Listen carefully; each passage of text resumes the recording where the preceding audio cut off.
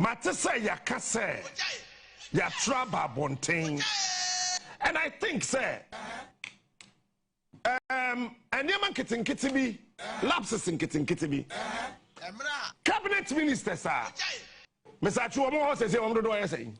And now could find the time cabinet ministers ni you. Say cabinet ministers are more honor. Just a WhatsApp group can deal with your matter. Ah, obiante. Then to the yasori issue statement. Hey, as secretary to cabinet, and I travel to Abonte say, Eba minister Bia and for policy Bia Mabonte say cabinet and take a decision. And I said, Nippon Famba cabinet, my young and one. As some way you throw crata. Ah, Monso Socrano, yea. That man, I say a day. Bibini and Nipo. Bibini, Debbie, do you know the meaning of the letter you wrote? It means that the ministers are not respecting the president. They are undermining the president. If you don't know, I'm telling you.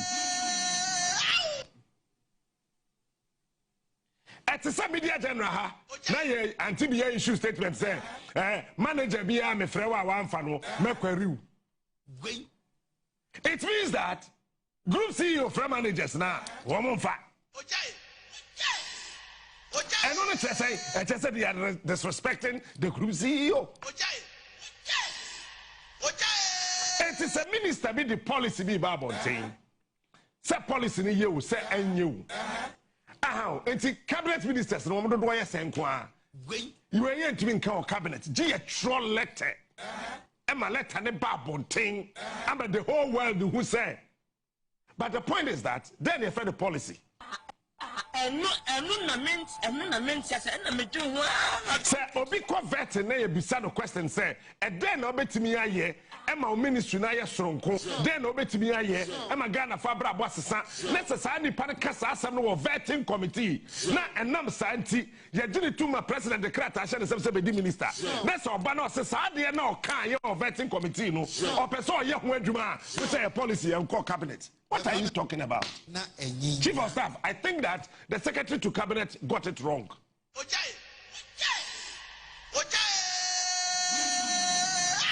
No, I think this one, he got it wrong. And see, governance, and Yaman Kitin Kitibu, Membuomua, and Pia Bontain. Ah, we are there. Who is that? Maybe one to you. Opa breakthrough one bebusa. Bisabra Hamonte bebusachu. Before I met me, I prepared me who about better hano. It's a whole deal. I tried to me bam. Mood in that string it.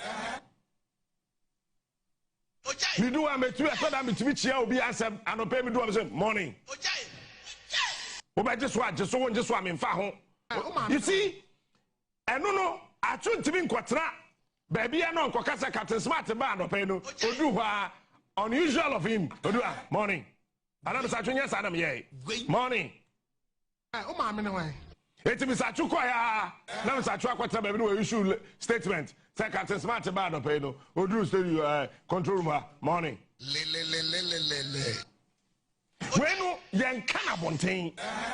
So the catch them say, Minister be at the policy bar. It's a young fan say Minister be, and we say be a problem.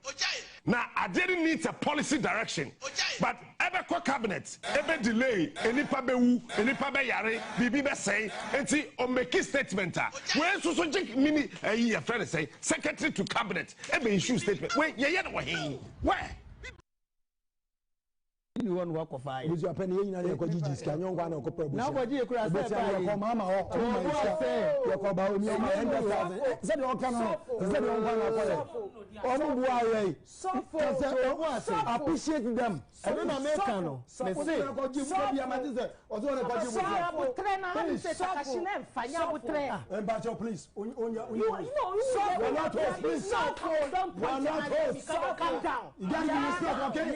down. You gotta be respectful. Are you host? Are you host? Calm down. Are you host? Please. Are you host? like a CEO. Are you host? Am I talking to you, please? Be disciplined. Suffer. Papa, sir. Discipline. Damn, Patrick. I'm talking to you. Suffer. Papa, Suffer. Why you jumping in place? Suffer. Eya sem na me so but the we are who ya ya best akuti to you first mama who ya bias papa nyame ni pa senior I saw your pa ni tin na we dey come so efa go forget efa your friend tin na forget what are we bias nyame ni pa usu ba mi yeah don't think you about yeah I tell you hey yeah oh, don't worry.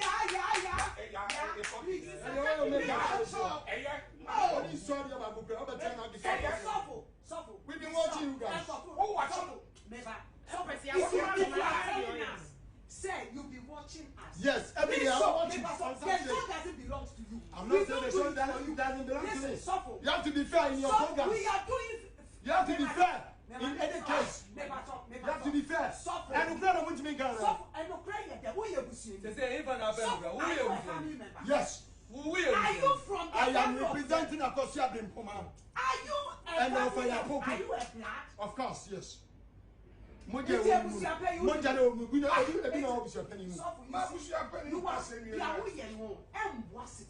situation. Because I'm kind of pray for once. What is the truth? What is tell us it? Tell us the truth. You think the truth? You think your position is the truth? Yes, of course. You are funny. Only one work of fire. Because you are penny in a Gigi can you want to go Now, what do you cry? Mama or your about me and the said all kind of said all appreciate them. I don't know Americano. They say,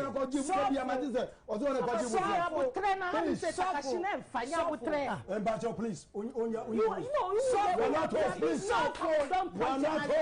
Calm down. You gotta be respect, okay? Calm down. You gotta be respect. Are you host? Are you host? Calm down. Are you host, please? Are you host? I need someone. You like a CEO. Come down. Are you host? Am I talking to you, please? Be disciplined. Papa, sir. Discipline. Damn, Patrick. I'm talking to you. Suffer. Papa, why you jumping in place? Eya sem na me so but the we are who ya ya best akuti to you first mama who ya bias papa nyame ni pa senior I saw your pa ni tin na we dey come so efa go forget efa your friend tin na forget what are we bias nyame ni pa usu ba mi yeah don't think you about yeah I tell you hey yeah oh, don't worry.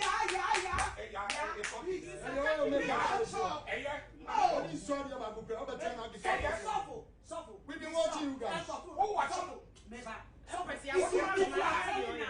Say you'll be watching us. Yes, every day I'm watching. The song doesn't belong to you. I'm not saying the song doesn't belong to me. You have to be fair in your program. We are doing. You have to be fair in any case. You have to be fair. And you can't want to make Ghana. Yes. Are you from the I am representing Akosia Bimpoma. Are you a black? Of course, yes. You are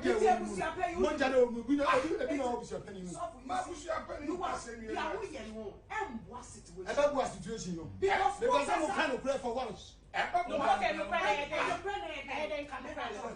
is the truth? Tell us it. Tell us the truth. You think the truth? You think your position is the truth? Yes, of course. You are funny. Only one work of fire. Because you are penny in a Gigi can you want to go now, what do you cry? Mama or your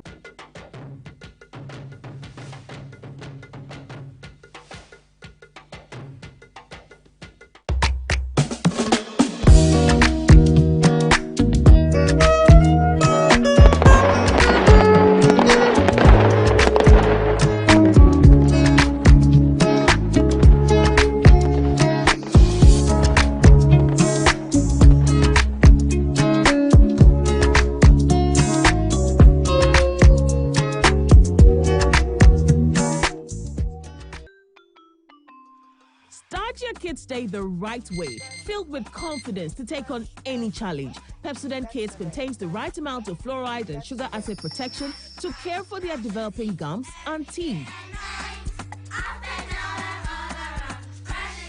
Grab either orange or strawberry so they brush with the sweet flavor they love morning and evening. Pepsodent Kids, giving your children a bright smile for a brighter future. Are you a headmaster, headmistress, parent, teacher, or an educator looking for high-quality textbooks for preschool, primary, and junior high school students? Look no further than Advocate Publishing Company. Advocate Publishing Company is a leading publisher of educational materials in Ghana that publishes very engaging, interactive, and comprehensive textbooks that meet the needs of students, teachers, and parents. Our textbooks are thoroughly published to make learning fun and easy. They are also designed to stimulate critical thinking, problem solving, and creativity in students. Make Advocate Publishing your preferred choice for all your educational needs. Explore our range of textbooks and educational resources. Visit us at the old GNTC yard near Kingsway, Accra. You can contact us on 0503 786 776 or 02408 06354, also 0531 600360, and connect with us on Instagram, X, and Facebook at Advo Publishing. Don't settle for less. Choose the best. Advocate Publishing Company, empowering young minds one textbook at a time. Thinking Publishing, think Advocate Publishing. This Christmas, Cattle's Agri Limited is bringing you freshness, flavor, and festive joy straight to your home and office. Right here in Accra, Kumasi, Cape Coast, and Takoradi. Cattle's Agri, your number one poultry plug. Fresh birds, sweet eggs, delivered with love. Get ready for our juicy Midofopa package. You get 1 broiler, 1 layer, 2 crates of eggs, plus our special chicken spices, all for only 450 Ghana cedis. Midofopa, sweet value for you. Or go big with our Coco Bolobo package. That is 2 broilers, 2 layers, 2 crates of eggs, and chicken spices, just for 800 Ghana cedis. A Coco Bolobo. More chicken, more joy. And for families and corporate bodies ready to feast, try our Odon Sada package. 3 broilers, 3 layers, 3 crates of eggs, plus spices for only 1,200 Ghana cedis. Order now, enjoy more. And the best part is, corporate orders come with free delivery. Terms and conditions apply. Call us now. 0558 376127 or 0241 674268 or 020-331-5557. This Christmas, choose Cattle's Agri Limited. Cattle's Agri Limited. Freshness you can trust.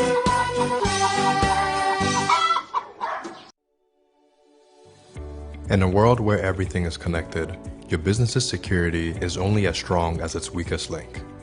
The growing threat of cybercrime has become an unescapable reality.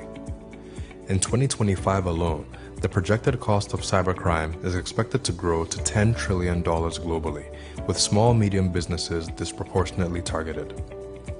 Cyber threats have become increasingly sophisticated, widespread, and invisible, placing unequipped organizations at risk of massive damages in a matter of seconds. Meet Virtual InfoSec Africa, Ghana's Tier 1 certified managed security service provider. We don't just monitor threats, we predict, prevent, and respond 24/7.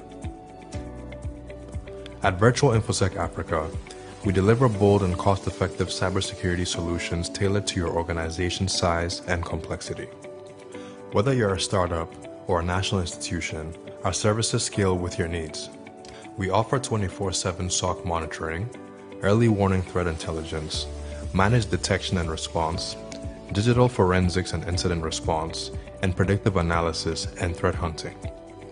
From endpoint protection to dark web forensics, we secure every layer of your digital ecosystem. Why wait for a breach to act? Join the ranks of high institutions who trust Virtual InfoSec Africa to secure their future. Start your 3-month free trial of our early warning threat intelligence platform today. For more inquiries, contact 055-689-9494 2086 or visit our website at www.virtualinfosecafrica.com.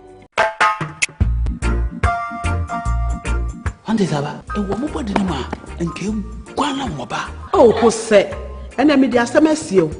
Cannon Pano, Nasana, Michiana, what me. A drain I didn't quano. Kingdom Garlic Bitters. No benefit him. Me benefit wine. Also, got told dear. Abrewa, the smama, Abrente, Mishuve. One antique crana wabre. No Kingdom Garlic Bitters, and any capsules. Nanya, what ya brebia. Kingdom Garlic Bitters, and the capsules. Assembia, you. A devil when I'm when I say, send your name, my wife, company one personal. Kingdom Ginseng Power Capsules, and tea. Say, see, I'm password. Kingdom Ginseng Power Capsules. Many genius from Debefi, Abrebia. Obebia o de poor how no. Edro Bakupa we hear tremendous capsules. Tremendous capsules. SS Yuma we obesima. Edno you benya bi obebia a ton robia. Kingdom Herbal. No challenger.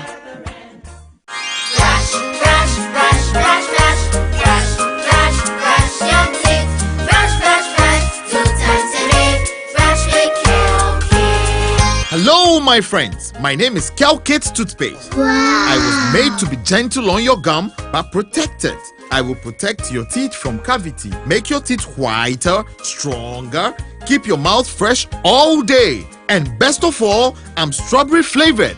So put on a smile and try me. That's amazing. Just try me. That's my job. If you say so, jump on my brush.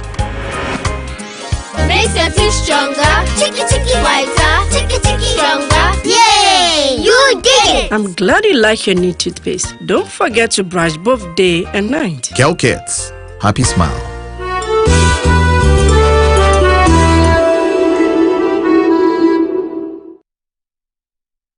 Yes, next.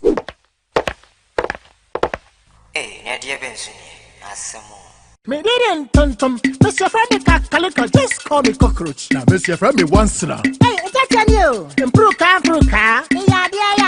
Captain Mosquito, double the action.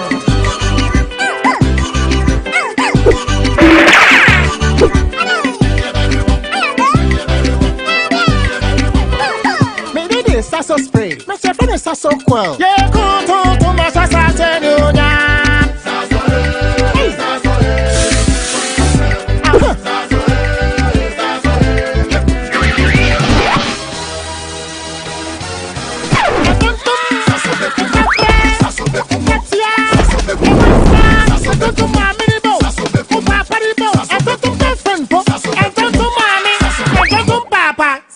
Come on, Tom Preco.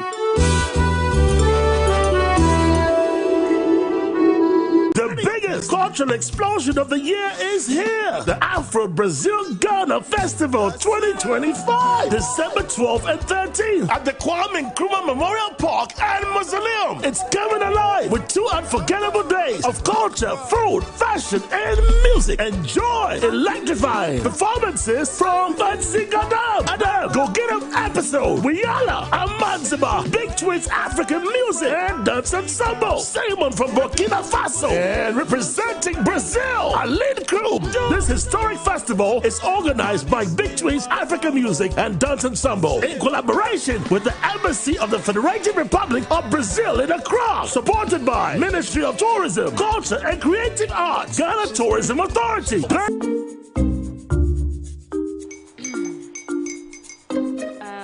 Kwame and his uncle are almost here. Wait a minute. This one too, your friend Kwame. Wait, Kwame. As in the same Kwame again? Yes, Mommy. The second coming. Into all this tension just to reintroduce that broke boy from Kaswa. Why would you deceive the family like this again? Now I understand the whole delay. Troll from Kaswa. Why wouldn't he be late? Or be late? Of course.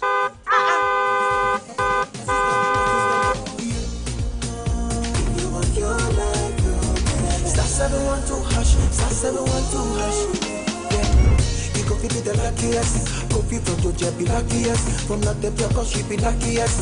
Yeah, you go be luckiest. No better why you luckiest. Everybody go be the luckiest. That's Kwame. Send your God up boom. So would the coming of the son of man be. Is that his car? Ha! Even now, your shadow the way designer. I use my own mouth to reject him. Oh, this is my mouth. Look at that. Pardon me, my son. Now, tell me the truth. How did this all happen? Oh, mommy, simple deletion. Mr. Goodluck no chemi way. Eh? Yeah, mom. Easy qua. Or dial star 712 hash. The devil is a liar. He picked his ticket and entered his lucky 5-digit number. I'm his birthday. Oh, how romantic. And he followed the prompt. Yes. And then boom, confirmation test. One quick, pick 5 numbers for me, okay? I'm feeling like 7. Dial star 712 hash. Choose your ticket. Enter your lucky number. Follow the prompt and let destiny handle the You see how they love you now? Yo, do you have family payment seminar? Before December, may release a motivational album. Patapa, my super. This promotion is regulated by the NLA on the Caritas platform.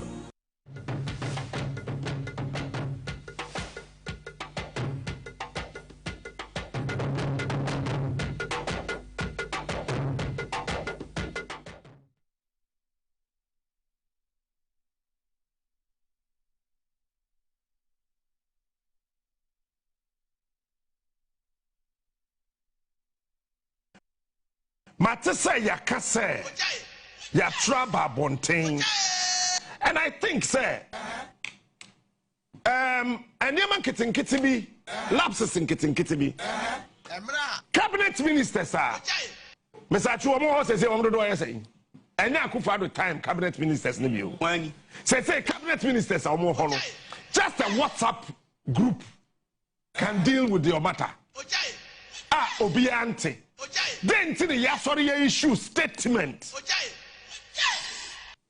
Hey, as secretary to cabinet, and I travel to a mountain say, Emma minister Bia and for policy Bia ma bontain say cabinet and take a decision. And I said Nippon from back cabinet, my engine one. As some way you throw krata. Monso Socrano, yea. And that man has said, Bibini, oh, Bibini and Nipo, Bibini, oh, Debbie, say, do you know the meaning of the letter you wrote? It means that the ministers are not respecting the president. You're undermining the president. If you don't know, I'm telling you. At the media general, now you anti-BA issue statement say, manager BA me frewa one fano me query. It means that group CEO from managers now woman fa. And on say, I just said they are disrespecting the group CEO. It is a minister be the policy be babonting. Say policy ni you say and you. And cabinet ministers no do why sen kwa you ain't to in cabinet g a troll letter am a letter ne babonting am the whole world who say but the point is that then they fed the policy say obi ko vet na ye bisa no question say e den na obetimi aye e ma ministry na ye soronko den na obetimi aye e ma Ghana fa bra bo asesa necessary ni pan kasa asem no vetting committee na enam santi ye gini tuma president declare ta share say be di minister na so oba na osesa de na o kan ye vetting committee no o person ye ho adwuma we say policy and core cabinet. What are you talking about? Chief of Staff, I think that the Secretary to Cabinet got it wrong.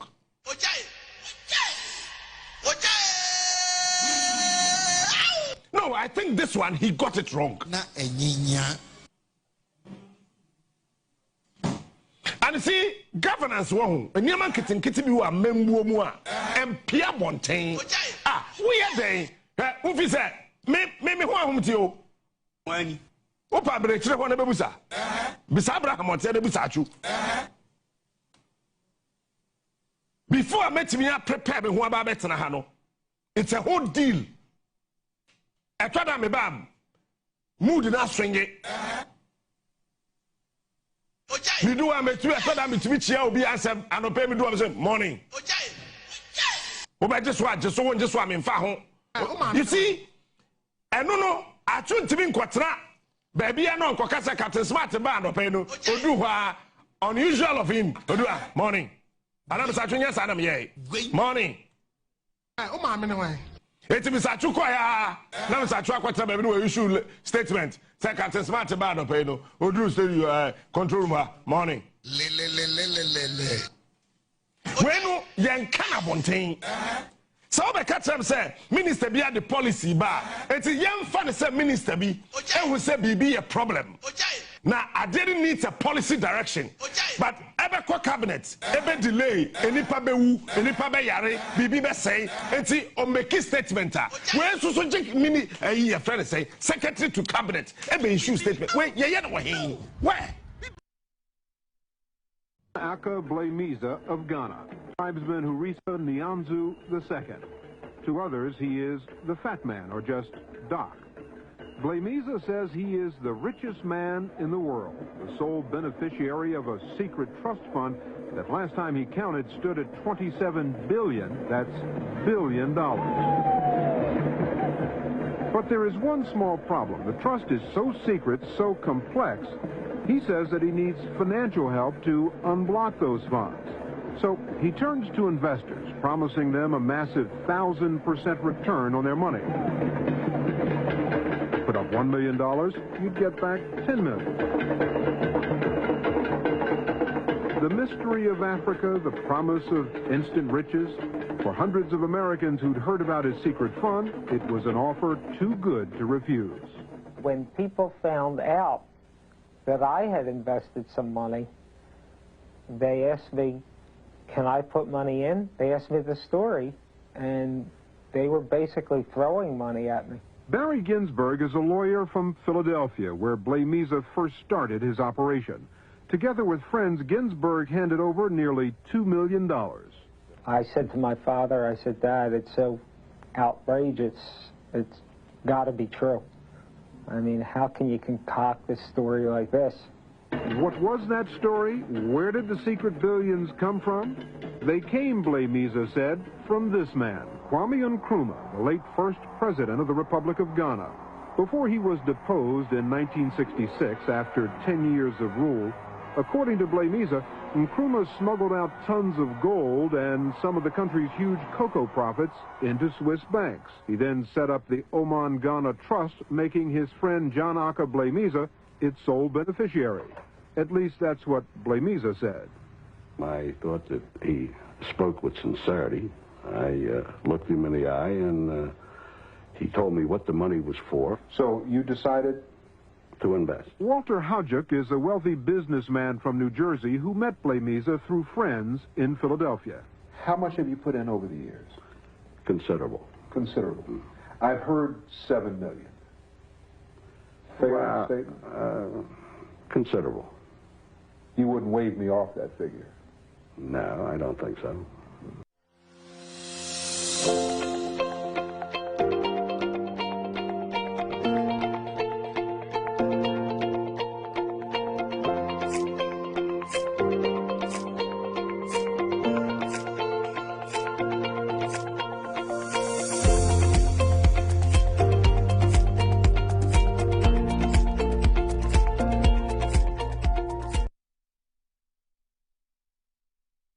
Good evening and welcome to this edition of Good Evening Ghana. December has started, so we are doing casual wear in December. We are showing off our casual wear. A lot is happening in Ghana, isn't it? So much is happening. Last night, many people were up watching the UTV entertainment show, and it was a big deal, wasn't it? It was a real big deal. And also, we have to say that congratulate Ghanaians for the very peaceful send-off that was given to Nana Akufo-Addo Agyeman-Rawlings, who was buried, given a full honors of a state burial, buried last Friday. May his soul and that of Flight Lieutenant Rawlings, our former president, rest in perfect peace until we meet again at the day of the resurrection. Now, after that, Saturday came, and then an evangelist, former musician turned evangelist Papa Shee, quite well known to many Ghanaians between the ages of 36 and upwards, way back in July. Do you know when he will be buried? Lumba died in July. Lumba died before the unfortunate helicopter crash. We've dealt with that one. Lumba died before somebody else died, before Cecilia Johnson died. We've dealt with that one. Lumba died before Nana Konedu Ajiman Rawlings. We've dealt with that one. So do you know when Daddy Lumba will be buried? Well, on the touch screen tonight, we'll give you a full detail analysis of what the judgment said. That's our responsibility tonight, is to share with as many of you who don't have time to look at the whole 100 and something pages of the judgment. We have edited it in a way that everyone can understand. Everybody will understand. And Lawyer Preku will be doing that with me on the touch screen. What the judge said about everything that happened, about Odobroni, about Akosua Sewa's marriage certificate, the controversial marriage certificate. We also have seen the video where Akosua Sewa has done a video. It's been used by 3 News as a news item where she's thanking people, including Papa Shee, who have supported her because there was a call for her to deny Papa Shee and etc. etc. Tonight, we have everything from the courtroom for you. Have a look at this one. This is what happened on UTV last Saturday. It was tremendous. One work of fire. Use your penny in a cogigis, can you one of Copper? Now, what you could have Mama or your Coba, you may said your cannon, said your one. I appreciate them. I don't know Americano. Say, please. Calm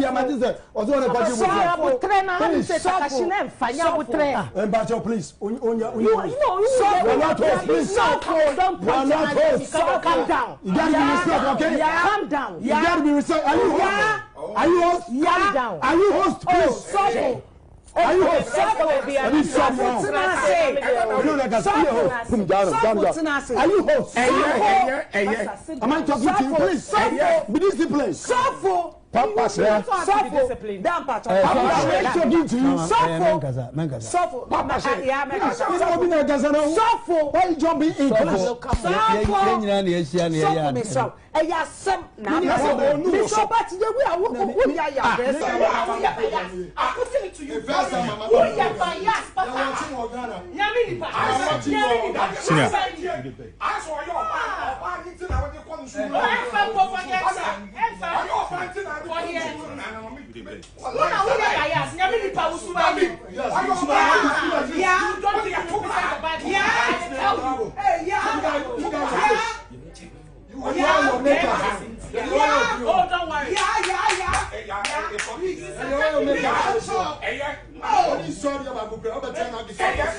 Suffer. We've been watching you guys. Who watching?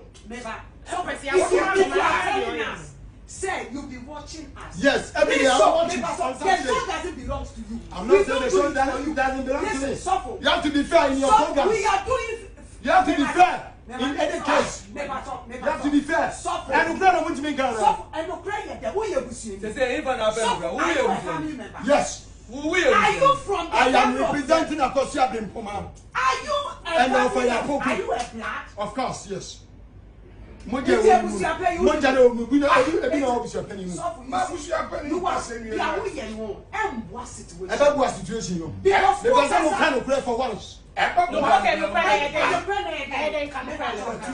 the truth? Tell us it. Tell us the truth. You think the truth? You think your position is the truth? Yes, you are funny.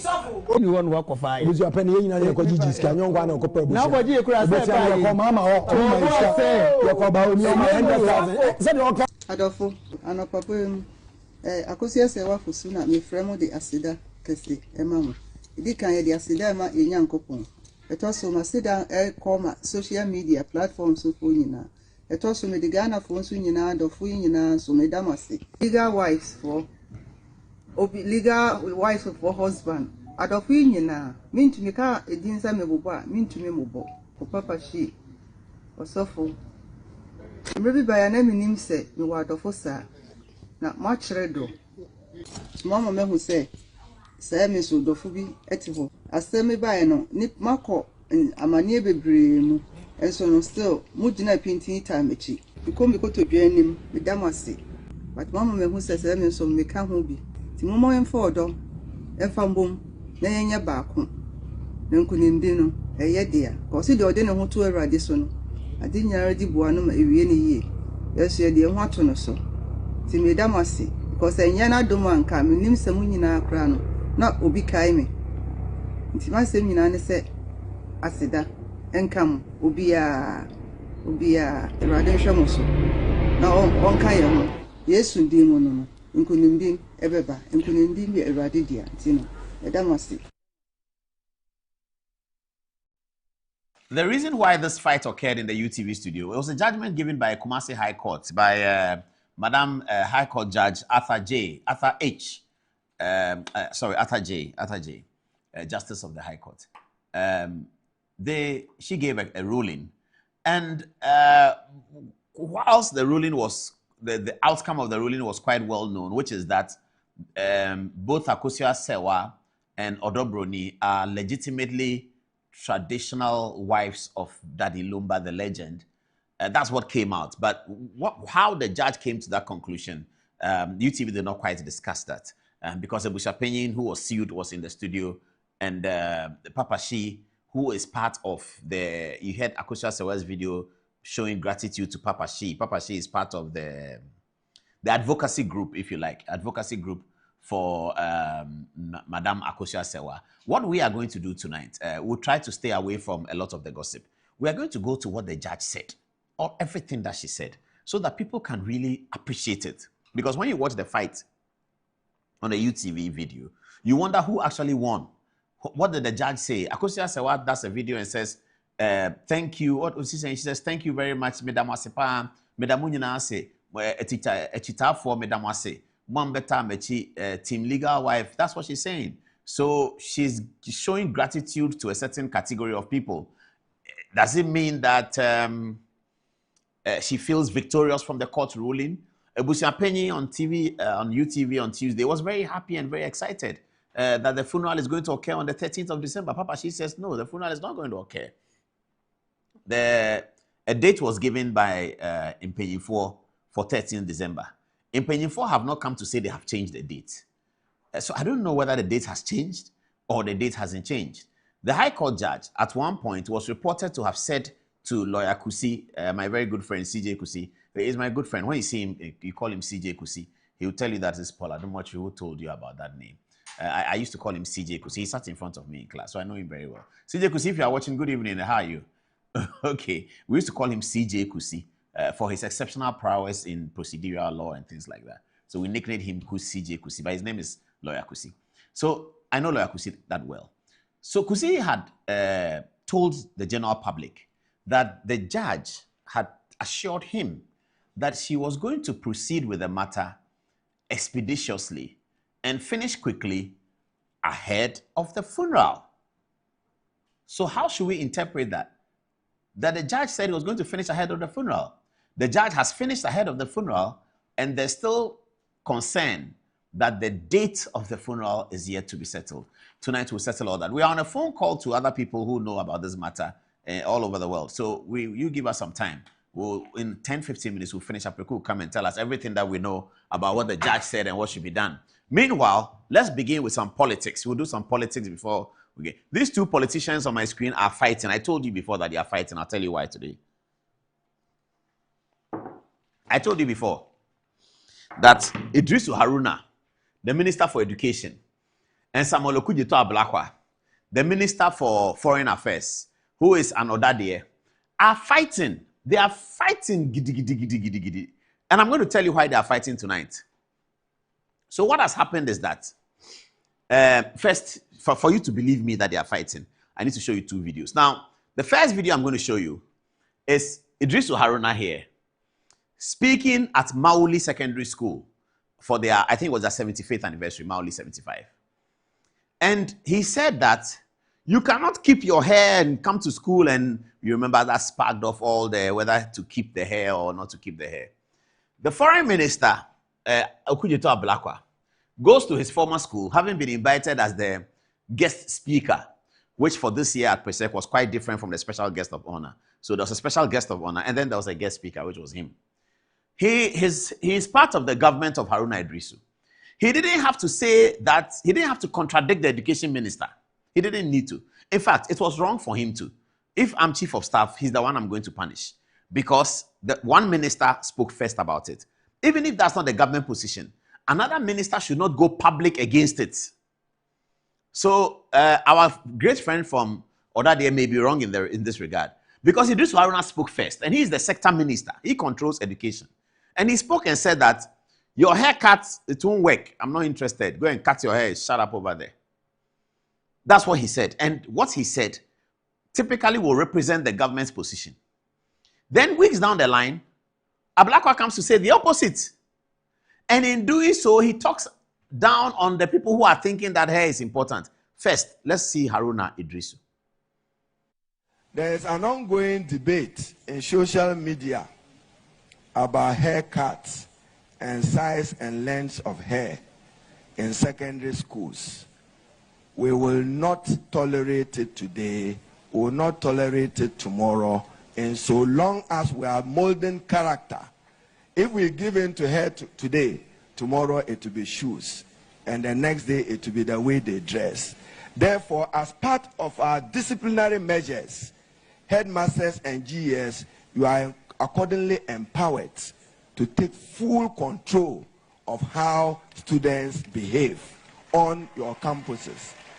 So anybody who thinks that your child will walk into any institution of learning as if that child, forgive my words, was to attend a beauty contest, the school environment is not for that purpose and not cut for that purpose, and would not tolerate that as an institution.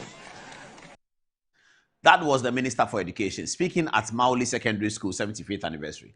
To all intents and purposes, the Minister for Education, Idrisu Haruna, was actually communicating the government position on the matter. To all intents and purposes, that's how it will appear, isn't it? He was communicating the government position on the matter. But then comes Okuyeto Ablakwa last Saturday at the Odadie event. Come along and join us. Let's show it. Let's see what did Ablakwa say. Instead of focusing on how strict religious doctrines are being enforced in our schools and the weird correlation between short hair and disciplined students, it is time to ponder over the real issues. Why is our educational system producing graduates who criminally create thousands of ghosts to fleece the state when real human beings are looking for jobs? Why is our educational system producing graduates who will destroy our environment, pollute our river bodies, and create a public health crisis for the rest of us just to advance their greedy galamsey search for gold? Why is our educational system producing graduates who lack ethical leadership? Why is our educational system producing graduates who commit Ghana to unconscionable transactions? Why is our educational system producing plutocratic graduates who want so much for themselves and don't care about the country they lead and the generations coming after them? To me, with all due respect, these are the weightier matters. That is why I agree with Albert Einstein when he proclaimed that true religion is real living. Living with all one's soul, with all one's goodness and righteousness, unquote. Okay, thank you for the quote from Einstein. He's a great friend of ours. But this is it. So the Minister for Foreign Affairs in his government is telling the Education Minister that, Chief, that's your ridiculous analysis of short hair and it has a correlation with discipline. I don't even understand it. That's not what you should be focusing on. Focus on why people come from the university that we are training them, they are doing this. You are a new Minister for Education. You have inherited a system. Check why the system produced those people and stop talking about things that are not important. That's the content analysis of the two videos. About 4 weeks apart. That's the content analysis. Ablakwa is fighting with Idrisu Haruna. Idrisu Haruna is fighting with Ablakwa. Ablakwa is fighting with him. My responsibility here, viewers, today is to show you that as a political news reporter, I know why. I know why they are fighting. So I'm going to take you through it. Stay with me. Don't go fast. Stay with me. I'm going to show you why they are fighting. It's for a very big price. They are not, they are not fools. They are not fools. They are fighting for a very big price. And they won't be fighting if the price is not big. It's huge. You can see, Saki has put on the screen, the tussle for VIP in NDC. That's what they are fighting about.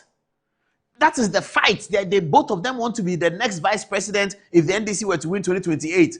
And both of them want to be vice president for the same presidential candidate. Roll it out. Let's go. What's the next photograph you have there? Okay. Now, this is the case that Akudzeto Ablakwa is making against Haruna. Okay. First, show me the picture of the vice president, if you have it. Then let's settle the fight. Then we'll come to the case for Ablakwa and the case against Ablakwa. Okay. So this is the vice president, Professor Jena Nopoko Ajiman. She has long had an excellent relationship with Ablakwa in the Mahama first term. Let me tell you how that relationship occurred. Before the Mahama first term, during the campaign, she was a debate host. She and Kojo Nkrumah were the host of the IEA debate. Samuel Okudzeto Ablakwa was part of the team to prepare President John Dramani Mahama for the debate. So typically, between the IEA, the debate host, and the candidates people, they have some encounters. And it is there that I believe Ablakwa and Madame became quite tight. When the election was won, the vice president now revealed her NDC colors, because when she was a debate host, she didn't show that she's NDC, even though she had been at Radio Gold and many people thought that she was an Ato Ahoy protege. In fact, we made the point on social media, if you go, is there, when she was being chosen for the running mate position in 2020, that Ato Ahoy, who were represented by the word Church Street, because he had an important office in the Laboni street called Church Street. So that's how we call him in political parlance. When news reporters are talking, they talk of Church Street. They mean Ato Ahoy back in the day when some people also used to call him Don King and all of that. So when we are exchanging text, they say Church Street says so and so, it means Ato Ahoy says so. So we put out a note that Church Street is pushing for Jena Nopoko Ajiman to be the running mate of Professor Mills. I still remember who told me, but I won't say it today. Now, when she became running mate, before she became running mate, she was Minister for Education. When she was Minister for Education, Ablakwa was her deputy. So in the first Mahama term, they forged such a tight alliance as deputy and boss. Ablakwa was the more political deputy. She is the more technocratic vice chancellor of the university, blah, blah, blah. So they worked together excellently. Then Idrisu Haruna at that time was working far away. He was working at communication. No, he was working at trade to labor, something like that. Communication was in the Mills administration. She wasn't a member of the Mills government, but Ablakwa was a member of the Mills government. So right now, Ablakwa has been a member of 3 executive governments: Mills, Mahama, and Mahama. 3 executive governments. So this vice president is close to Ablakwa. Now, vice president has come in the saddle. Perhaps you should have added Ofosu Ampofo's photograph for me. Vice president has come in the saddle. They won the election. She's vice president. Ofosu Ampofo hears that Johnson Asiedu Ketia is eternal, perennial nemesis in the NDC, is running for president. Ofosu Ampofo doesn't want that to happen. Okay, so he is saying that, but Madam is more competent than the party chairman, so Madam should be. So Ofosu Ampofo is pushing the Madam agenda together with Alex Segbefia. Okudzeto Ablakwa here is responsible for gathering the Volta region onto the vice president. You see, Okudzeto Ablakwa, his work is get Volta region for the vice president. And Ofosu Ampofo's work is that anybody but Asiedu Nketia and first vice president is competent. Alex Segbefia is rooted onto that agenda as well. So this is what is happening. All right. Now with this background, let's go and look at the history, and then we'll come back. But do this file as one, the history. Let's look at the history now. Let's put the history. Okay. This is a case that Okudzeto Ablakwa and his friends are making. This is the NDC ticket from 1992. NDC ticket from 1992 is Rawlings, who is Ewe and Gan by culture, Ewe by blood, and Scotland. So you have, he's 3 in 1. He's Scotland, he's Ewe, he's also Gan by culture. So that's Fly Lieutenant Rawlings, Ewe, Gan, Scotland. That's Konkensinaka Afanti, the first NDC ticket that came on the ballot in 1992. Ewe, Gan, and Scotland, and then Fanti. Let's move on. Next NDC ticket. Ewe, Gan, Scotland. What do you have again? Fanti again. Next NDC ticket. What do you have here? Fanti. And this is where it gets interesting. From this NDC ticket to the 2024 ticket, it has always been Fanti and Northern, Fanti and Northern, Fanti and Northern. From this 2004 up to today, all the NDC tickets, Fanti and Northern. You doubt? Let's check it out. Next, Fanti and Northern. Again, this is the winning one of 2008. Fanti, Northern. Next, okay, Fanti, Northern. This is 2016. Yes, this is Fanti, Northern. Okay, next, Fanti, Northern. Up till today. So the NDC ticket has been Fanti and Northern till today. The case that Ablakwa them are making is that, please let me have the three of them again, Ablakwa and the Vice President. Yes, the case that Ablakwa them are making is that if Jenan Opoku-Agyeman is going to be the candidate, how again are you going to go for Northern? Ebe! When the Voltarians have pushed their numbers, they've pushed their numbers, they multiplied their numbers, they've pushed their numbers upon numbers, and NDC on election night can always go to bed because they know that K2 South, Adudome, North Dai, South Dai, Ahoy, all those places, when they are coming, NDC is smiling. This is what the NDC has done in election 92 up to today. You will not have an Ewe on the ticket. Rawlings was not an Ewe. He's an Ewe by his mother, Mama Abotui. The rest of his life is gone, and his cottage is Obroni and Chi, and his wife is Ashanti Royal, and you can't say that Rawlings is Ewe. Yes, the Ewe supported him, and the same support the Ewes gave to Rawlings, they've given it to Mills. They've given it to John Mahama. It's the same support. The Ewes have given their support to NDC. How then would you go and bring Jenan Opoku-Agyeman and say that the running mate should be Haruna Idrisu? Then give it to Ablakwa.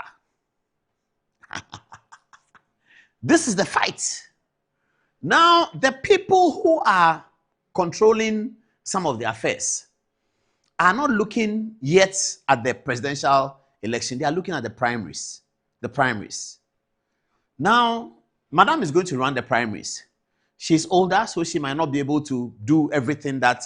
Wasiri and her about the same age, isn't it? But you have Julius Deborah, who is very strong, I hear. I mean, you can see it on the exercise. You have the Agric minister, who is also, you know, very young and all that. You have Amakofi Boa, who is quite, you know, very fit. So they are going to cover more ground than Madam would, of course. So Madam is Fanti. So hopefully you're going to secure that. The 5 northern regions are going to be crucial for that NDC victory. Is Ablakwa going to get the 5 northern regions for you? 0. Will the Ewes vote anyway? Yeah, they might. Because Madam has been on the ballot with John Mahama 2020 and 2024. So she's the one that's the latest recollection of presidential something. He's the one that they can remember. They like her demeanor. She's calm. She's not fighting with anyone. She's cool like that. She's mother for all, that kind of thing. So the Ewes might, with a little bit of push, give her their backing. Ablakwa can secure that. But if you secure that, and you don't secure the 5 northern regions, and that goes to Asiedu Nketia, or that goes to Julius Deborah, or that's a split between Julius and Asiedu Nketia, Madam, you can't win the contest. You're out. You can't win. So some people are looking at, we want to put Madam on the ballot. That's the most important thing. This issue about running mate matter that Ablakwa is talking about is going to create a problem. But Haruna Idrisu is a firm guy. Oh, he has put his cards on the table. I'm going to back you and I'm your running mate. He's not pussyfooting about that. He's told them, they know, they've agreed on it, that I'm going to put my cards on the table. I am the running mate to Madam. If you allow me to do that, I will deliver the North for you. And can he deliver the North? Oh, yes, he can. Oh, yes. Oh, yes. Idrisu Haruna can deliver the North. So this is the fight. This is the fight that has now come to PA in our WASI. The fight has now come to the WASI, where Education Minister makes a policy statement. Foreign Minister comes a month later and says the direct contradiction to what the Education Minister said. That's how the fight is. It has now come to WASI.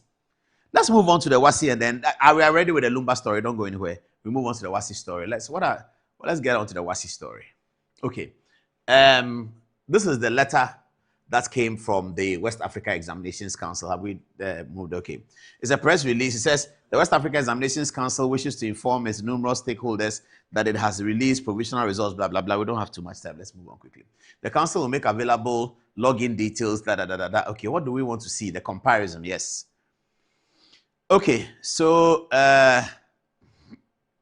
number of percentage of candidates obtaining performance of candidates in the published results of the core subjects.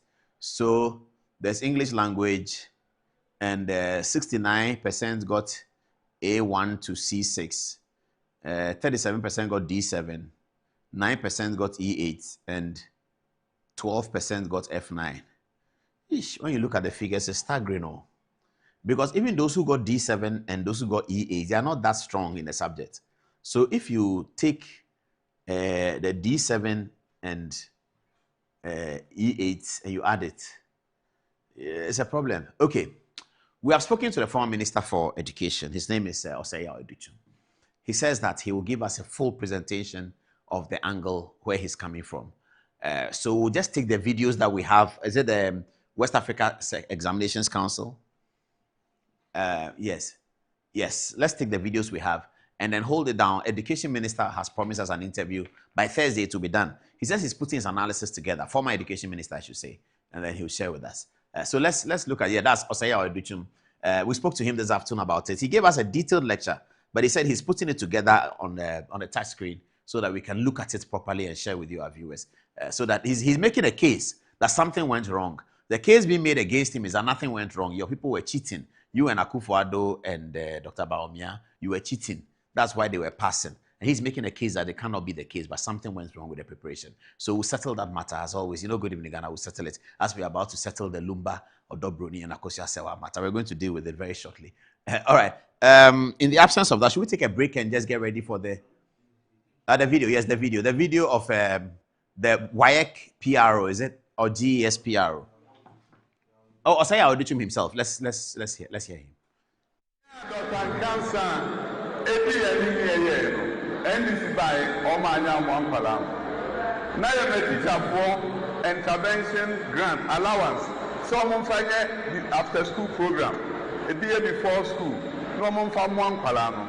She said, "Na sa yababu from na wo from Wosika before see ebebano.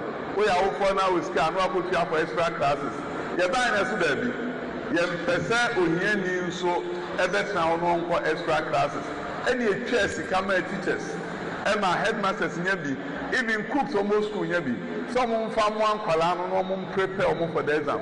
And this program also muntia. Professional allowance, muntia. Anna and so him Paleko ya.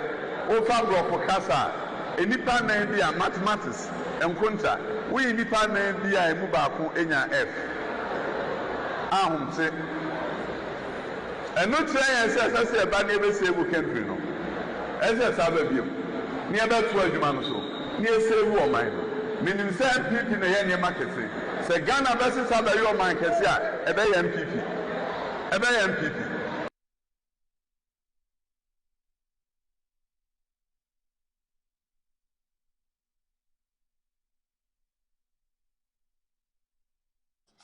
So we're ready for the Lumba conversation. But before that, let me call you, ladies and gentlemen, folks who are watching us. Christmas, they say, just got even better with Catus Agri Limited, your trusted poultry supplier, proudly serving Accra. So it's a poultry supplier. They have a chicken for you for Christmas, and they are serving Accra, Kumasi, Cape Coast, and Takoradi. Catus Agri Limited says this festive season, enjoy more value, more freshness, and more goodness with their amazing Christmas poultry packages. Catus Agri Limited. They are in Kumasi, they are in Accra, they are in Cape Coast, and they are in Takoradi. For corporate institutions, order for your end of packages for your staff. Yes, that's very good.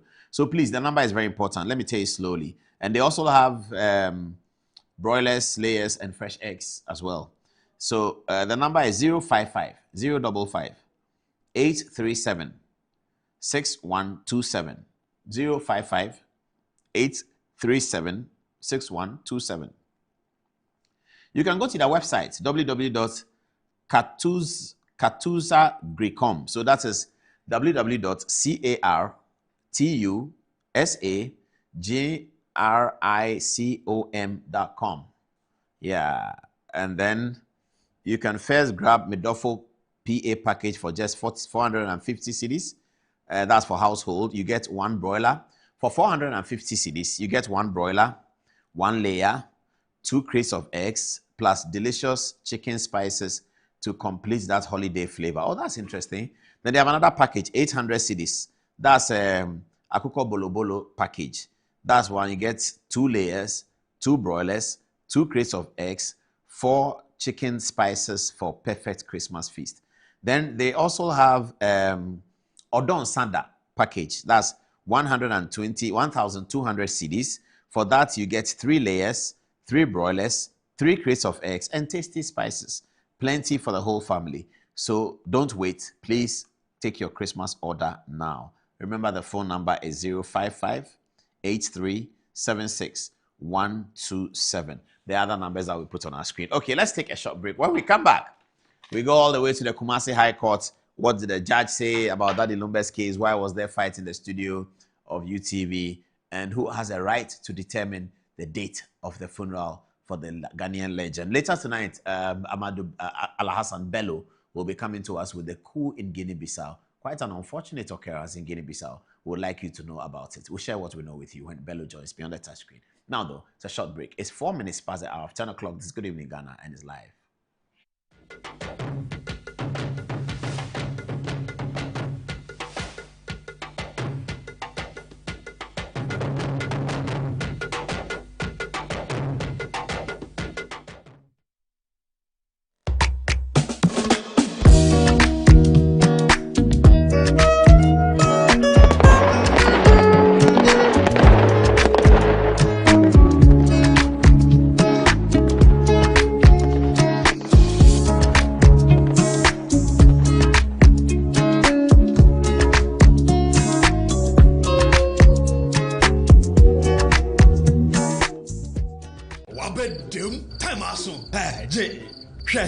Watch it, not learning.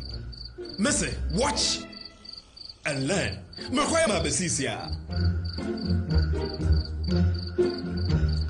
Abozing. I can say no ya konati and the more drink woman. Hey, but I didn't mean. Oh, sorry. She knew her old days. Eji, Dabio, baby womb. Ready? Hey, baby womb. Ah, Eji. I'll cause some discomfort.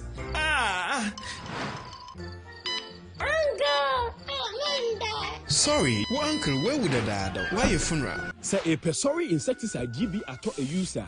Co pharmacy na shop biamu. Na mum say a pharmacy supermarket and a shop ra. Na repedudu to akotonwa. On for Royal Dutch and our Aerofield Trading. Effie spray with daimwa. Change. In my line of work, a confident smile is everything. Kel Charcoal Toothpaste keeps me on top of my game and ensures my smile is always radiant and bright. With the tiring nature of my job, we spend several hours under the scorching sun. To keep our teeth white and our breath fresh all the time, we use none other than Kel Charcoal Toothpaste. Kel Charcoal Toothpaste. You're on a Kessie and in a kit one. Samayo Kendini, who be here, Semetra Sapapadia to a mammy manful. Kel Charcoal's natural ingredients, and a bomb is so buying, and maniswing, and a sansu mama hoto so a will bedroom. Kel Charcoal Toothpaste. Choose Kel Charcoal Toothpaste for anti-cavity, whiter teeth, and fresher breath all day. Available in 80 gram and 150 gram. Grab yours today. Kel, happy smile. This advert is FDA approved.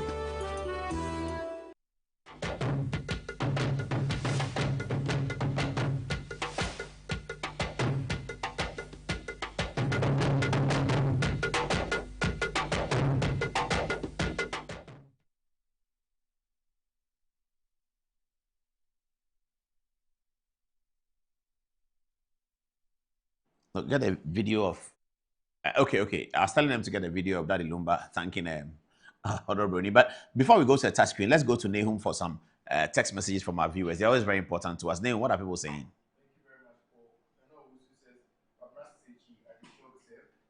he comes down again and it says, greetings from the United Kingdom. Now we have Eli Obama Tamale. He says, Mr. Paul, the notion that one person, Honorable Aruna, can effectively deliver the 5 northern regions is highly unlikely, given their diverse demographics and tribal affiliations, by the way. Information emanating from the Jubilee House suggests that Asiedu Nketia and Julius Debra should suspend their tours and walks, as there are reportedly plans to amend the constitution to enable JM to contest the 2028 elections. We are watching and waiting for them. Over to you, Paul. Okay. Let me get to the touch screen now. And that's interesting. You said Julius Debra and have been asked to suspend something because there's a third-term agenda. But the president has said that he's not thinking about a third-term agenda. Maybe we have to discuss that when we meet. Next time, we have to discuss third-term agenda for John Dramani Mahama or not. And what are the ways in which a third-term agenda can happen. We have to discuss that. Thank you. The lawyer is ready, and so are we. Okay, so Apriku, join us. Thank you very much for your time. So that's Akosua Sewa. Yes, Sewa Fosu. Akosua Sewa Fosu. That is and then Odo Bruni. What application did she take to court? So she brought an action for the court to adjudge and declare. So first, in order to assess the action, we have to assess what happened. Mm-hmm. So she was laboring under the impression that she was the only wife of Daddy Lumba and consequently entitled to perform what we call the kuna. That is the widowhood rights in English. And so she, upon seeing the fact that... she was believing that she's the only legitimate wife. Legitimate wife. But in terms of cohabiting, she was aware that Odo Bruni was cohabiting with Daddy Lumba for many, many years. Yes. Which cohabitation produced offsprings. Yes. But cohabiting in the face of a civil marriage, obviously, is still cohabiting. So I mean, in her mind, she was going to court to enforce her rights as a wife to perform, as the only wife, to perform the kuna or the widowhood rights. Was that not being antagonistic, or it doesn't matter in law? Well, I mean, law is antagonistic in nature. The reason we sue is to fight. Yeah. And so if but that's the point I'm making. Did she need to pick up this fight? Given the circumstances? I wouldn't really. Maybe it depends on what the widowhood rights means to her. Okay. I would have gone after the properties. Was she being denied of performing those widowhood rights? So you remember the first time we had this discussion? Yes. I was even suggesting that they should just sit down and talk, and both of them should do it, because there was a wedding, there was a funeral I attended at Parkoso, where a similar thing happened, and both women did it. It's not really... I get that, but I'm saying that Odo Bruni, given the circumstances of her legal action, was she feeling, was there any suggestion that she would be denied widowhood For rights? that, I cannot. Abusua Penyi suggests that there should be no such suggestion because For that, I cannot. They had discussed it. Yeah. In fact, after the writ was filed and the injunction was denied, the judge advised the parties actually to go home, sit down, and consider exactly. But would it matter to a judge, or should it matter to a judge if the judge finds that this application is quite antagonistic? Should it matter to a judge? Can it influence something? Well, the motive for the case is it's based on two things: fact and law. And so the motive behind it really we don't discuss that. We do not discuss the motive. But so she went to court to tell the court that she's what? That she's she as the legitimate wife, the sole legitimate wife per her perspective, is entitled to perform the kuna and be recognized as the sole surviving widow of Daddy Lumba. Okay. And who did she sue? She sued three persons. So 2 persons, 1 entity, or 3 persons, as an artificial person is entitled to be a person in law. So one, she sued the Abusua Penyi of the royal Ekwana family of Parkoso and Nsuta. She sued the second, Odo Bruni, and then she sued Transitions. The home where the body is being kept? Yes, presumably. And the reason often they do that is because the person who holds the mortuary paper is the only person that can come and remove the body from the mortuary. So often we would sue and attach the mortuary, the mortuary home, to put them on notice that a pending court action is going on.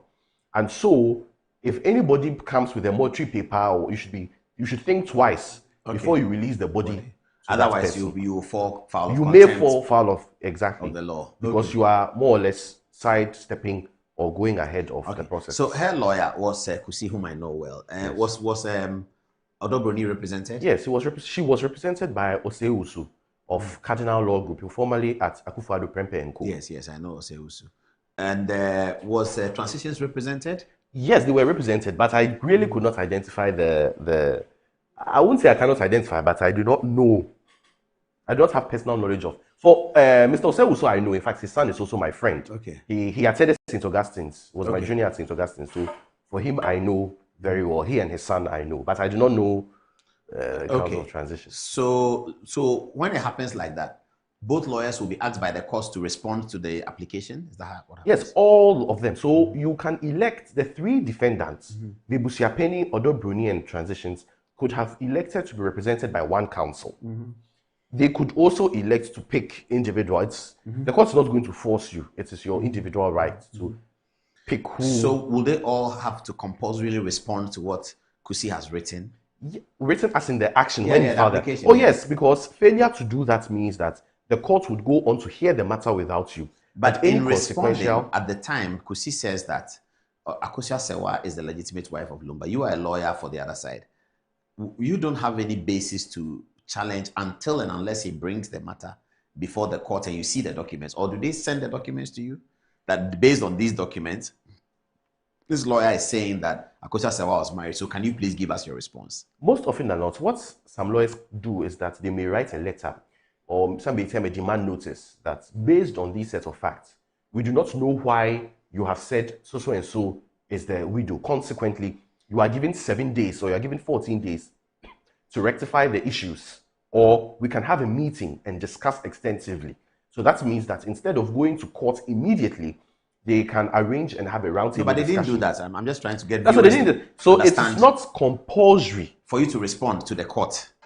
It's compulsory for you to respond to a court summons.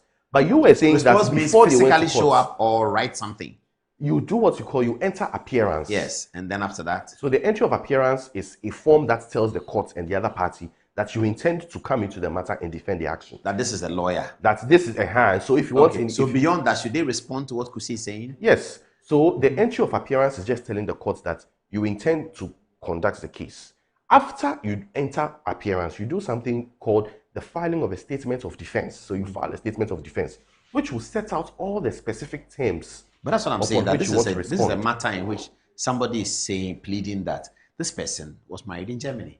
You are the other lawyer. What do you think will be the documents they will send? So what we'll do is that we'll say we'll put you to strict proof. Okay. Because at the pleading stage, that is when the writ is filed, we do not take evidence. Yeah. We only take evidence at trial. So you just respond and say we'll put you to strict proof on this one. So we deny that averment. Okay. Defendant denies the averment and we shall place the plaintiff to strict proof of same. Perfect. So that's what I wanted viewers to understand. I'm sure viewers are following and you get me. Okay, now let's get into the matter. Okay, so producer, now record from here.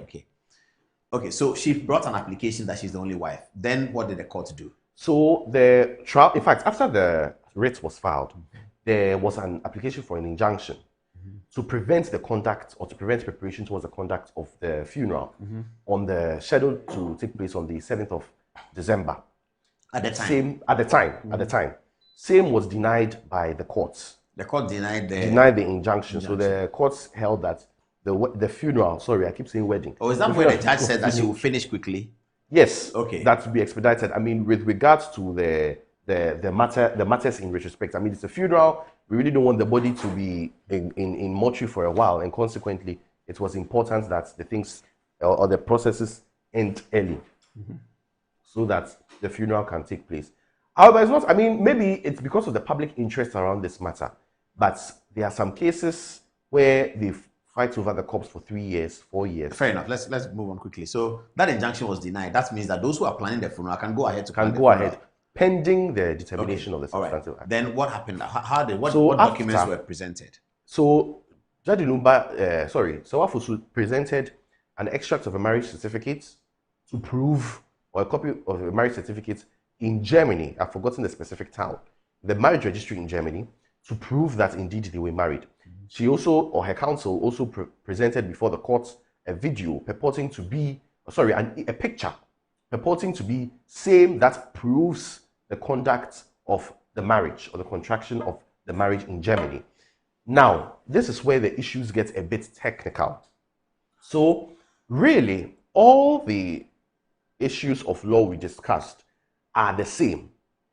The position of the law has not changed regarding marriage. Anybody who contracts a marriage under ordinance, that marriage excludes everybody else. However, the question now is, are you able to prove that indeed you contracted a marriage under civil law, or in Ghana, I would say under the ordinance? And that was the main bane of contention. In fact, the judgment was about 49 pages. That took a chunk of the judgment. As And it to would seem the level of weight that will be put on the documents that have been presented. Exactly. Okay. So what we call in law the probative value. So the lawyer Kusi presented an extract from a family book that in it states that indeed they were married. This was the marriage certificate. He also produced a copy purporting to be the copy of a marriage certificate.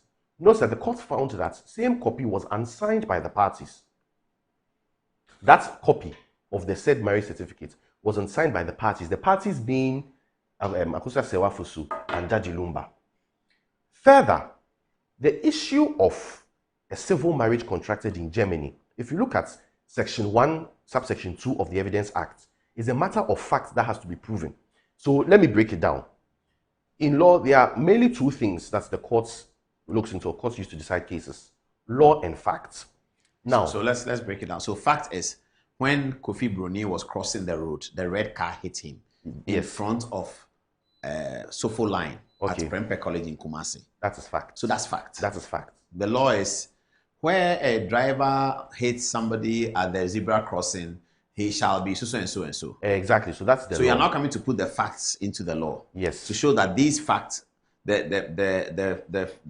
law as prescribed, the occurrence has happened. Yes. That this guy did what the law prescribes in section so and so. Yes. So that's a fact and that's a law. So another example may be murder is Section 46 of Act 29. That is the law. It says any person who by unlawful harm causes the death of another person intentionally causes murder or can be found guilty of murder. That's the law. Now the fact is, I took this statue and hit your head with it. That's the fact. So now the court will look at the fact of me taking the statue and hitting your head and the law of Section 46 and make a finding as to whether or not indeed that happened. Okay. So the fact here is what? The certificate? The fact here is the fact that, one, the process of contracting marriage in Germany now becomes an issue of facts. Because if it were Ghanaian law, you don't have to prove it. The judge is presumed to know what is in the Marriages Act. However, when it is a foreign law, it now becomes a matter of fact which has to be proven. Meaning... Okay, so foreign laws, whilst they are laws, even when they are adjudicated in a Ghanaian court or in another jurisdiction's court, they will be deemed to be facts which have to be proven. Yes. So if you are saying that this law in Germany says that once I marry someone, that is a monogamous marriage. You can't just assume that the judge knows. In Ghana, you can say that if I marry under the ordinance, it's Ghanaian law, it's Ghanaian judge. The judge is presumed to know. But if you are saying that I married under German law, and under German law, this form of marriage is monogamous, you must prove it before the Ghanaian court. How does he do that? So you can call an academic from Germany, who is an expert witness, a lawyer. In fact, so there is one, what we're trying to do is we're trying to show in the UK that the purported marriage contracted by two persons in Ghana was not valid. So we had to do research, extensive research, annex it to a witness statement, have it certified and sent to the United Kingdom so that it will be pleaded in the United Kingdom, before the United Kingdom, the court in the United Kingdom, that we have gone to Ghana, we have spoken to lawyers so and so of this firm. Lawyers so and so of this firm have the capacity to speak to Ghanaian law, and they have told us that this and this and this is so that's the expert witness. That's an expert witness. Okay. So Lakusi should have asked the court to bring an expert witness. He should have made arrangements. So at a stage before the trial, we have something called application for directions. And then your pre-trial checklist, which you attach to your witness statements. The pre-trial checklist is what you are telling the court. You intend to call one or two witnesses. One or two witnesses will require translation you require someone to translate from English to Twi, would require an expert witness, all those things. maybe, I mean, so ordinarily that was what ought to have been done. I cannot really speak to someone's work because maybe the value of what he also placed on things were different based on his. No, I heard it. Something he said that based on the fact that I think it was the journalist, the entertainment journalist called Ola who said it on UTV, that based on the fact that he had submitted the documents of the marriage and the fact that Odo Broni in cross-examination had accepted that she was aware that Daddy Lumba had been married in Germany, that the combination of the two facts should have led the judge to conclude that the certificates were valid. And that is why there's also so that's an admission in that respect may give rise to the fact or the recognition of the fact that they may have been married in Germany. It does not give rise to the blessing of the authenticity of the certificates. Because Odo Broni may have admitted that, well, she knows they are married in Germany. It does not necessarily mean that the marriage certificate provided or produced was valid. You need at the same time process to prove that. Yes, you can never assume. Now, at the same time also, it may also be it may be grounds for the Court of Appeal to look at if they decide to go on appeal. Because that may mean that the fact of marriage was established. The fact of marriage was established. What kind of marriage it was? That is the question. So that's exactly what I was coming to. But the judge has answered that question. The fact of marriage that they were married is true. Odo Broni is not disputing that. Is it monogamous? Yeah. And is it being monogamous that had to be proven before a Ghanaian court? And that's what they couldn't do. Yes. Simply, did the judge say in her ruling that it is because you did not lead evidence to prove this fact? The judge actually expressly mentioned that they could have got a lawyer from Germany or an expert witness or an academician, a legal scholar. So the judge faulted them on the that's what there are other grounds. On the procedural deficit. Yes, it's not substance. As I said, that the position of the law still hasn't changed. Once an individual marries under civil law, so they were not able to establish. It was an issue of proof. That's all. It was proof. Okay. Failure to. So they couldn't prove it. That was it. There were also some issues of the fact that the document, being a German document, had to be authenticated by the Ghanaian embassy, in Germany. Because when you are providing an official document in Ghana, a Ghanaian official document, there is really no need for you to have it authenticated. Often you go to Commissioner for Oath, they are around Accra, Arena, and that side, right? But when you are bringing a document from outside to prevent fraud and counterfeiting, what we often require, more particularly per the Evidence Act, is that you send it to the Ghanaian consul in that country for them to certify the signature on that document before it is brought to Ghana. That wasn't done. That also was not done. And the judge drew attention to that. And the judge also drew attention to the fact that that wasn't done. So there was no means of authentication. They could not authenticate the said document. Apparently, when they applied for the injunction, the courts, the judge, drew the attention of the plaintiff to that these documents you intend to rely on for the grant of the injunction, you have to look at it again because these are the issues. And so, in fact, the lawyer for the judge noted it that the lawyer for the plaintiff mentioned that he would go back and put his house in order, but it seems he may not have had enough time to do so before the trial. Okay, so that ends the court one. Let's move on to another segment now. So now let's talk about the social issues that have paraded this matter. So as of now, the judge didn't say the date of the funeral. No. The judge, it's not the judge who determines the date of the funeral. But there's a date 13 December. So just that, often what we call is the maintenance of status quo. It simply means that the way things are, keep it like that. Keep it like that. So the way things are now, Ebusapeni says is December. So keep it like that. Keeping it like that means... Papa She says it's not December. So that's the fight. That one is not the court's business. I like Ebusapeni. You know, what I like about him is his calm demeanor. And you know, Papa She and the other people have been trying hard to say that Ebusapeni was not that close to Daddy Lumba. Ebusapeni actually admits it. That he doesn't know where he lived in Tantra Hill. Doesn't know where he lived. He comes to his house once in every 2-3 years. That he's going to his farm and they sit there and converse with him. He doesn't know anything about him. I don't even know my Ebusapeni. Because he's admitted that and said that he's just in to play a role. Yes. It gives him a bit of credibility, you know, as opposed to the... Even initially, I don't know if you remember, But the Busiapeni said he doesn't even know who Odo Bruni is. Oh, as at a the wife. beginning? Oh, yeah, initially. Oh, I see. Oh, But he led evidence in court apparently to say that he was told about Odo Bruni's marriage. And those who were ridiculing him said that when he was asked about the person who told him, he cited 3 people, all of whom have died. Yes, and that's so he says, Mama Mansa something told me. She was an important person. The Busiapeni that he inherited also told him, but they have all died. Yeah, but that is how he got to know that Odo Bruni was married. And that speaks to hearsay. Yes. That's why I said that, well, these are the issues that may come up. It's quite... So as it is now, we are headed for a 13 December funeral. Because government is involved. I think Otu Fosipol are involved. Ordinarily, to be 13. So the remedy now is they could apply to the Court of Appeal. Sorry, they could appeal to the Court of Appeal with the judgment and the record, telling the Court of Appeal to take a second look at the judgment. The only issue is, in appeal, what we do is you just transmit the record and you send it up. You can only add by proving exceptional circumstances that, maybe this piece of evidence was not available at the time this matter was at the High Court. Therefore, please have a look at it, or let me add it to the record. And then upon doing that, they may also apply at the Court of Appeal. They can repeat and try to maybe halt the performance or the organization of the funeral. There's an example of one of the, it seems it's not loading.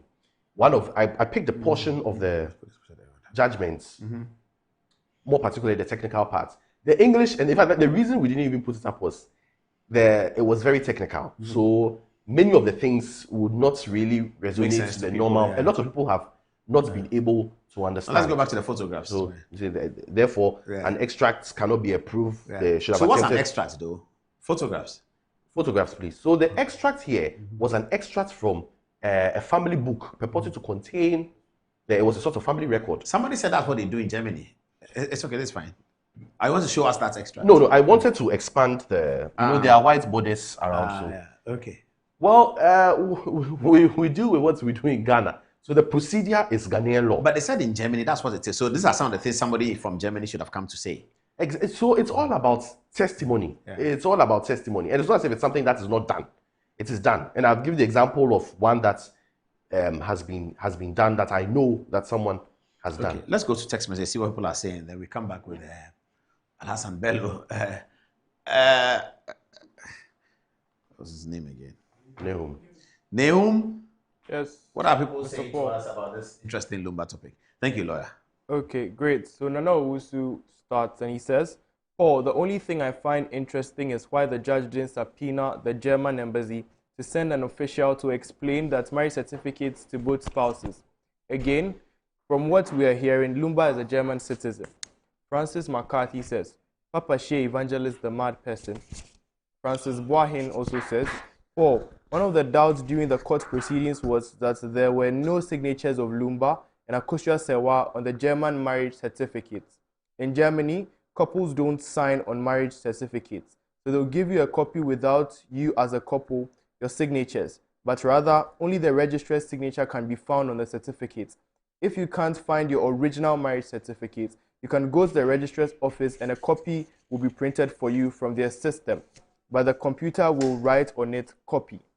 But still, it's legally recognized because it's still in their system, which provides and proves that this is real and legal. From Francis in the city of Bremen, Germany. Master Planner Jr. also says, Lawyer Preku will be a fine human rights lawyer. If he has any plans to specialize, he should please put into consideration human rights law. I really enjoyed his education this evening. Eb Ofe, does the fact that Akosua Sewa is reported to have submitted the customary drinks and the items to Daddy Lumba, clearly intending to leave the marriage, have any significance? Over to you, Paul. Give us 2 more text messages. I'm thinking I should get Apreku back to come and discuss the letter that she wrote to Daddy Lumba. Please get Apreku back. She wrote a letter to Daddy Lumba asking for divorce at some point. It was tendered in court. So I want to get the lawyer to explain to all of us. So please, read some more text messages.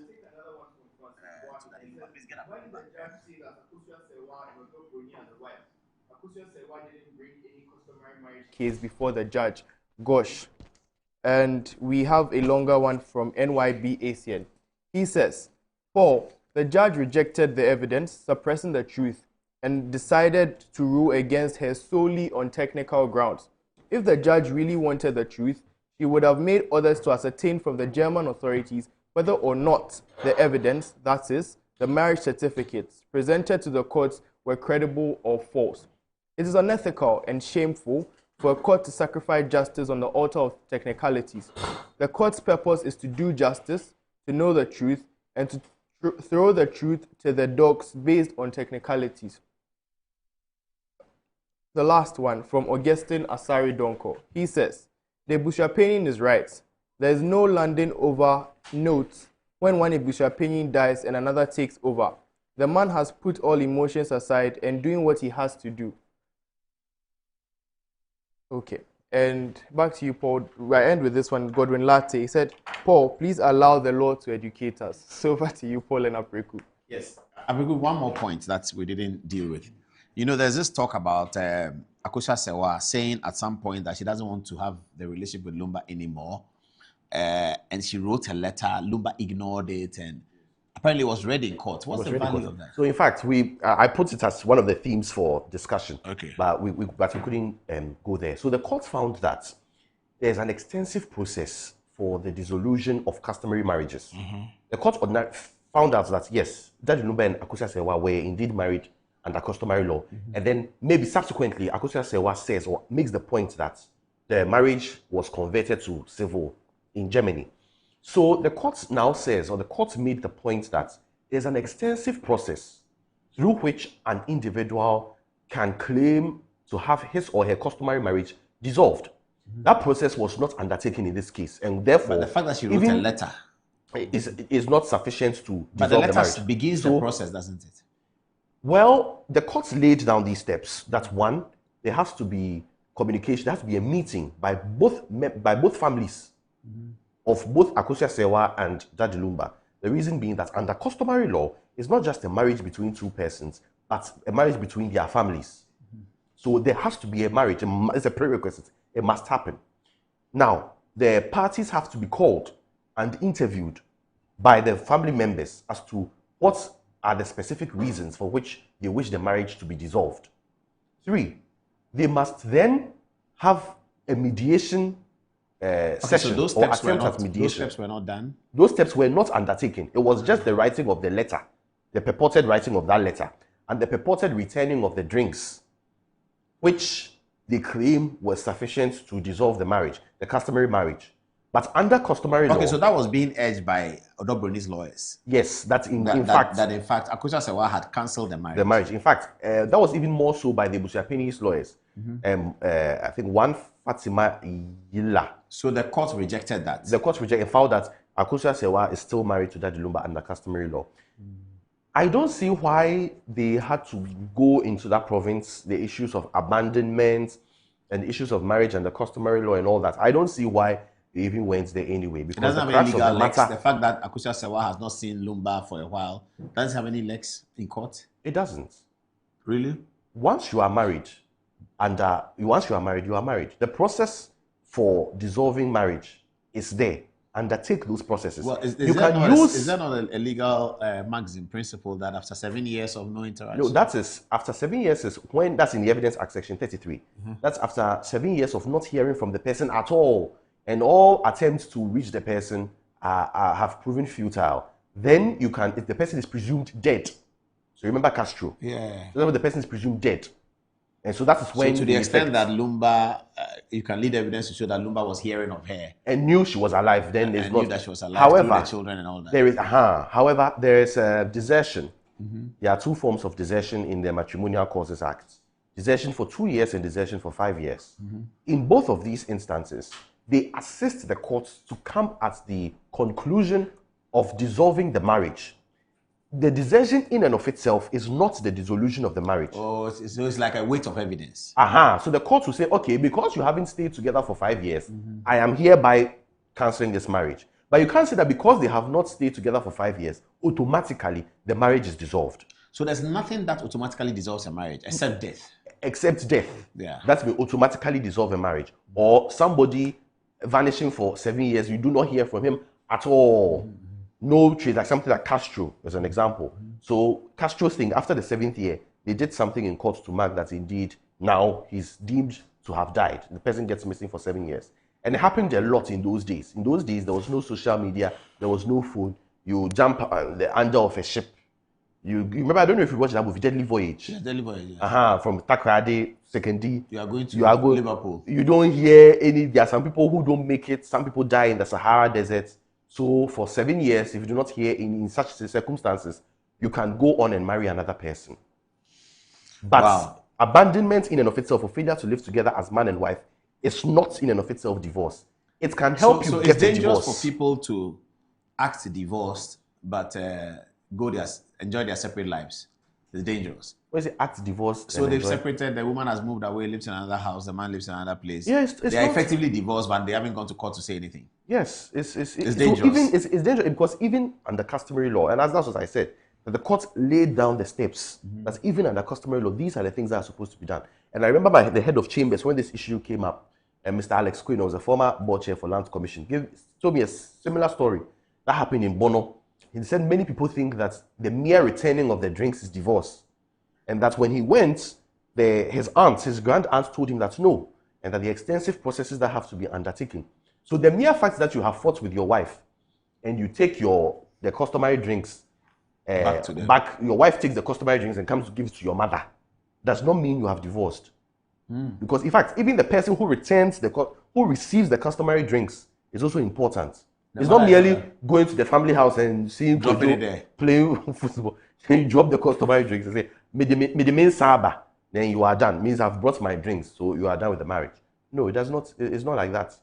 Even when somebody has expressed her intention, Lumba, I don't want to marry you anymore. Yeah, so follow through the process. When the law lays down the process. But she didn't follow through. It means that she changed her mind? Yes, and you see, the rationale is, marriage is such that I have no experiences, but I'm sure that those who are married will. I mean, you fight, you make up, it's like friendship. So if we allow it to be dissolved easily by any mere interaction or altercation between persons, then it will be a problem. There are people who have had long marriages who maybe for a period of 2 or 3 years were not speaking with their spouses because of one or two things. Somebody said I should ask you this. If Lumba had married Odobroni under ordinance, what would have happened? So, if Lumba was married to Akusa Sewa under traditional, under customary, assuming, I'm not no disrespect to her, assuming under customary law, he still could not have married Odobroni under ordinance. Because in Ghana, all the 3 forms of marriages we recognize, whether ordinance, whether Islamic, or whether custom, is so deemed Lumba to have would the have same already value. been married. He would have already been married. Can only marry Odobroni under customary law. But not under ordinance. Yes. I see. So he could not have crossed to marry someone under ordinance. So that marriage would have been invalid? Yes. Would the court would have had the power to convert that marriage to customary? No, the court cannot convert marriages. Oh, I see. Only the parties, because it's a contract. So the parties are the ones who would decide. So the court cannot compel, and moreover, you cannot grant blessing to an illegal act. So once it's illegal and it's bigamy, it's an offense, then the court cannot convert it because it's void ab initio. Void ab initio means void from the start. There's a moral concern. There's a moral concern from people that the success of Odobroni will make it look like it is carrying impetus propensity value. That means many more people want to go into Daddy Lumba's abode. They say she went there as a house help. If that is true, I don't know. Go to Daddy Lumba's abode, entertain him, procure with him, and be able to now find legitimacy when the man, a huge famous man, dies. So Odobroni's success undermining the moral fiber of our society. It happens a lot. In fact, there was one argument I had with my lecturer in equity, Dr. Amma Hammond at the law faculty. And she made this point, in this case, Asha and Darko, where a similar issue, but the court held that the property a man had bought in her name did not belong to her because the man was managing the property and so she was holding it in trust for the man. And then Dr. Amma Hammond made the point that she believes that the reason the court made that determination was merely because the woman was a paramour or side chick. So she was I don't want to use some language, but she was a side chick of the man, and that's why the court refused to recognize that she's the owner of the and then property. your lecturer was concerned that these so-called side chicks are not treated well. Is that the point? I won't say it's like that, but you know, it is a moral view of society. But the thing is that we also have to decouple morality, or in many senses, morality is decoupled from law. There are many judges who are Catholic yet dissolve marriages. There are many judges who do things that may affect their personal. In fact, I was in court one time and someone came and they applied for surrogacy, and the judge gave. But assuming the judge was a Catholic judge who does not believe in surrogacy, he still has to. So the thing is that, as former Chief Justice Tokonu will say, no matter the noise you make, the law is the law. So in this instance, I don't think the issue spoke to merits or substance. It was procedure and technicalities. I noticed someone made Broni's victory should not worry people. The moral. Yes, it should just be a call for people to do the right thing and maybe to be more meticulous.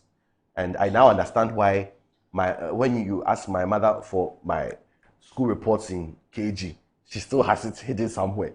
So you keep all your papers. Some people, it gets to a point in time, even to prove their marriage is a problem because their marriage certificates are missing. So we have to go to AMA and write. Some of them, maybe their churches were not the big churches, so they did not issue the certificates to them.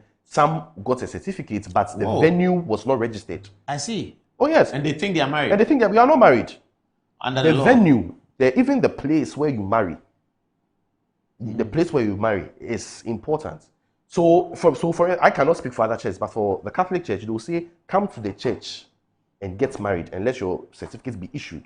So the priest will sign the certificate, you will sign, and normally your best man will take it and show it to everybody. Because once it is declared a parish, the state gives the priest the authority to issue the certificate.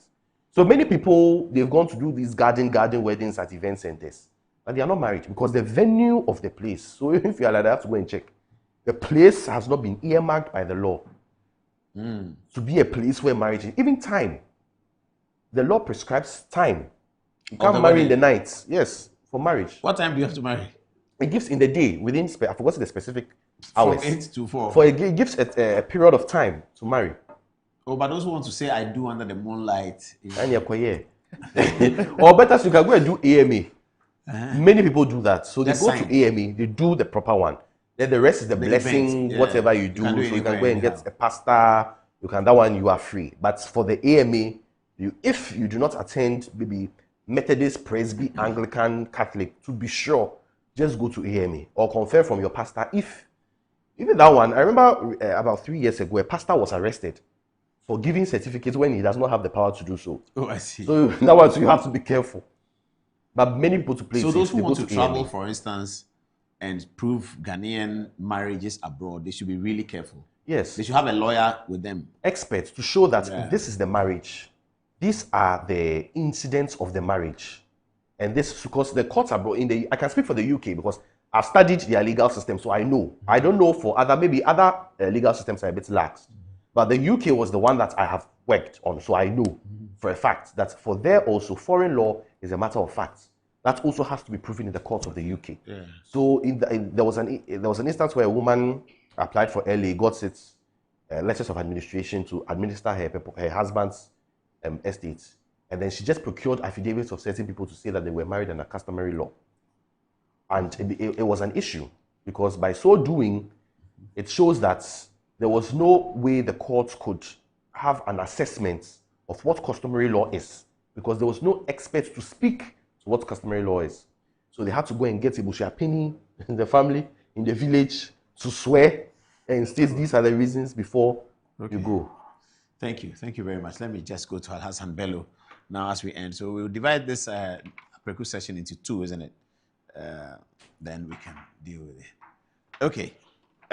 There's a coup d'etat in Guinea-Bissau, but we are hearing all kinds of things about whether it was a genuine coup or it's a coup to extend the president's situation. Bello, what was the situation before the coup occurred? What was the security situation and the election situation? Well, first of all, the parliament was dissolved because the parliamentary election should have happened somewhere last year, around December, I think. But after the coup attempt in 2023, the president dissolved the parliament. By then it was an opposition-controlled legislature. You know, they have this semi-presidential system between the French system. Yeah. So, and then his term actually expired in February. This is the president? Yeah, his term actually expired in February. Is he a former soldier? He is a former soldier. Okay. His term actually expired in February, but he extended his term up to, what do you call it? November, where he contested for the election. So there are those who believe that. Even President Jonathan himself. So there was tension in Guinea-Bissau before the election? Yeah, because the main opposition party was actually barred from the election, which is the Popular Party for Independence of Guinea. That they led, which led, what do you call it? The struggle for independence. This is Guinea-Bissau? Yeah, Guinea-Bissau. Okay. And then it's also not surprising that he had to use Senegal for exit, because Senegal is actually the most influential country when it comes to dealing with Guinea-Bissau. Moreover, the independence of Guinea-Bissau was highly influenced by support Amilcar Cabral got from Sékou Touré and then Nkrumah's Mora. Amilcar Cabral is Guinea-Bissau? Yeah, Guinea-Bissau. And Sékou Touré is Guinea-Conakry. So after the independence in Guinea-Conakry, they encouraged, and then by then Nkrumah was also in Guinea in his exile. And it's also no surprise that the flag actually reflects some semblance with the Ghanaian flag. Yeah, the star is in there. Yeah. Okay. So who is this? This is the General who was taking over? Yeah, who took over. Was he the chief of defense staff? Yeah, he was actually the head of the army at the time. And this is the head of state at the time? Yeah, this was the exiled head of Minister of Finance, and now he has not been appointed as a prime minister. Oh, I see. So it's also, you see, this also reinforces the idea that... So is it a palace coup? More like a ceremonial coup, as President Jonathan said. Oh, just to keep the same people in power? Yeah, that's what people, analysts are saying, that it was a way of protecting, more like vested interests. It could not be the same people, but then vested interests, because he was baffled, per his own admission, that he was baffled that, I mean, he's witnessed coup d'etats in Africa. So he was surprised that a coup d'etat occurred, and then the president is allowed to come and announce the coup d'etat in a press conference. He doesn't understand how that happened. The president did that? No, the president announced the coup d'etat. Yeah, the president of Guinea-Bissau. He came and said, I've been overthrown. He was overthrown. That's what President Jonathan. That I've been overthrown, so I'm going. Yeah. Oh, I don't understand it. By then there's no video of this. I haven't really come across the video, but President Jonathan still was the head of the observer mission. So they were in the so they were still there. They were still there when the coup occurred, actually. So why the election results were looking RI for the immediately after polls closed and counting began, I think both candidates declared the victory. Mbalo, the president Sissoko Mbalo declared to have won, and then Fernando Diaz also declared himself a winner. But there's another twist to it. If indeed it's a ceremonial coup, then it could be a scenario whereby he felt threatened by the potential return of the PAIG.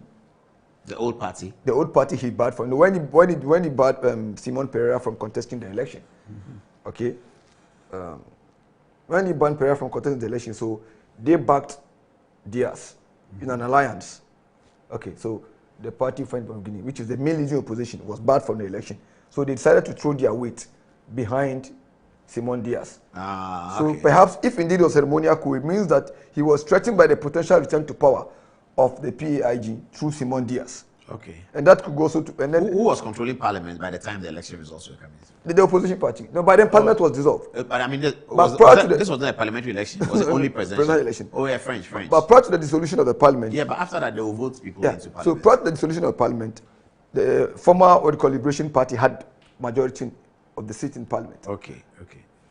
And then so Ghana issued a statement condemning the coup as well, and then also statement from AU, and then so far now Nigeria has equally given asylum to Diaz. So the opposition leader. Yeah, he's now in Abuja. Nigerian embassy. No, he's Nigerian embassy in Guinea-Bissau. So far now we are caught in between. How does ECOWAS respond to the coup d'etat? Given what's happening in Burkina, Mali, and this is also a marked departure from those ones. Those ones were fueled, for lack of a better word, security concerns. But the coup is a coup. The coup is a coup, but we need to look at the context as well. So you will say ECOWAS should back this coup? But no, not that. So perhaps the approach should be a bit different. And then also... So ECOWAS should remove the coup leaders? And also, well, we wait to see. So ECOWAS has declared condemnation of the coup d'etat and called for restoration of constitutional order. What form would that take? We're yet to see. And then also another issue we need to look at. We still have a contingent of ECOWAS stabilization force in Guinea-Bissau. And that's also give credence to the fact that people think it is indeed a ceremonial coup. Why? Because you remember prior to the 23 coup attempt, it took the intervention by the ECOWAS contingent to thwart the coup. So if indeed it happened as a coup against the government, perhaps they would have been alert at the time. But the fact that everything just happened so smoothly, the president was whisked away and then came to announce. So it looks more like... this is a delegation. This is Mohamed Chambers. Yeah, from Ghana. And this so is Baba Kamara is the one leading this delegation also. The yeah. Ambassador Baba Kamara. Yeah. He's also Ghanaian. Yeah. Ah, okay. So I think the military leaders actually played a smart game. So where is the former president? Is he in the country? Or is he went to Senegal? No, he went to Senegal and from there he transited through Senegal to Guinea, Congo Brazzaville. That's where he is. That's where he went so far. So I mean, ECOWAS as ECOWAS chair, President Madabi actually traveled to Guinea-Bissau. Guinea-Bissau within to talk to the revolutionary leaders. But then we have. What did he tell them? What conclusions did they come to? Well, no major statement was released. There wasn't like an engagement. Okay, yeah. But then so far, Guinea-Bissau has been suspended from all ECOWAS and AU activities, which is the first step. Has Burkina made a statement about this? No. Neither Mali. Yeah, and so let's also understand the fact that in as much as we have military regime in Guinea-Conakry, the posture of Doumbouya is less confrontational towards ECOWAS compared to the trial of Mali, Guinea, and also that could also be the fact that he has less of a security challenge as compared to these three countries. So the context within of the coup might have shaped their response, and also ECOWAS has been somehow, should I say, for lack of a better word, accommodative of what you call Doumbouya, and he's been attempting to re-legitimize himself through an election, which is contesting. So now, Alex Tetson, I think, a lecturer in US, actually made an explanation of how international community responds to coup d'etat. We have 4 different steps. We have the hard rejection, where the coup makers are pressured to step down immediately, and the incumbent is restored. We have the soft rejection, where the incumbent is allowed to stand, but the coup makers are not permitted to rule. Then we also have the soft acceptance, where the coup is allowed to stand, but the coup makers are given a relative time period to restore democracy. And you have the hard, which is the hard acceptance, where the coup has fait accompli. So you have these 3 options that ECOWAS can choose one from. ECOWAS? Yeah, we're yet to see ECOWAS posture and the way forward. But so far, the initial suspension has taken place, and then the statement of rejection. And then I think by allowing the observers to safely exit the country, that is equally the military regime understanding the fact that you can't. So ECOWAS observers have been guided out nicely. Yeah, through Senegal. Okay. And that's what, and then also, another issue we need to look at what would be the influence of Senegal around this period. We also have some rupture between Diomaye Faye, who is the president, and his prime minister. They started quarreling. Yeah, there's a dispute between Sonko, and that is actually fueled by IMF. And around Prime Minister is with IMF, I guess. No, the Prime Minister is against IMF conditionalities because Senegal is compelled to go to IMF for some economic, support. But then when he made announced a flat rejection of IMF conditionality, he was expecting Diomaye Faye to back him. But from the president posture, it's more like, and there was also another issue around some reshuffling within the government, which happened without the support of Sonko. But then, from the look at the current arrangement, constitutionally, the president is supposed to be the head. But per internal party structure within the ruling, the PANSTEF party, Sonko still remains the head. So we have that kind of banter, which is more like the Nigerian situation in 1960, where the prime minister was. Okay. We'll talk about Senegal on Thursday. So now we've resolved the. Yeah, so we're ending now. Yeah, so now the observers are out, right? But with the fate of the troops is what has not been decided. They may send them out. Yeah, so far we don't know. I don't know the exact number, but then what would be their? Would they be exited out, or if indeed ECOWAS wants to also come hard at them, then ECOWAS has some ground. You remember the Gambian case, where we had to go with some gumboat diplomacy. But if you ask me of my suggestion, I think at this point we need a gumboat diplomacy. The point where we need to accommodate every coup maker is past gone. Well, the question will be, which coup do you accommodate, which one don't you accommodate? All right, let's talk to Nahum. What are people saying? Then we can be wrapping up. It's 3 minutes on top of the hour at 11 o'clock. Okay, thank you, Paul. Although people do not have stuff to say on the coup d'etat, we still have matters from the Daddy Lumba issue. And from Francis Boahin, he says, according to Lea Kusi, he was trying to let someone come from the German embassy to come and confirm that. But the judge said no, because as for the German embassy, they would not come. From Jones Boateng, he says, the law is the law, Ibi Ofe, who is crying about technicalities. He should ask a certain Chachuchi Kata. It has been his bread and butter. Alhaji Bob CD says, Apostle Paul, This is where Islam marriage is sweet. You are allowed to marry up to 4 wives if only you can be just among the 4 wives. If Lumba had died a Muslim, all this brouhaha won't be tolerated. Assalamu alaikum, Paul. GG is sweet. Labi Samuel. Lawyer Preku is a good lawyer, and I commend him for the education he is given. Thank you. Good evening. From Yao February, it says, Akosua Sewa only wanted to perform the widowhood rites because of the earlier communication by the Bushra that Odobroni was not married to Daddy Lumba, and later came out to say that she was married to Daddy Lumba. Prince Casemiro Opoku, procedural process do Akosua Sewa do Yawa. And then finally, with evangelist Kwesi Abuaje, Lawyer Preku, don't change my mind on my upcoming wedding venue. Ha ha ha.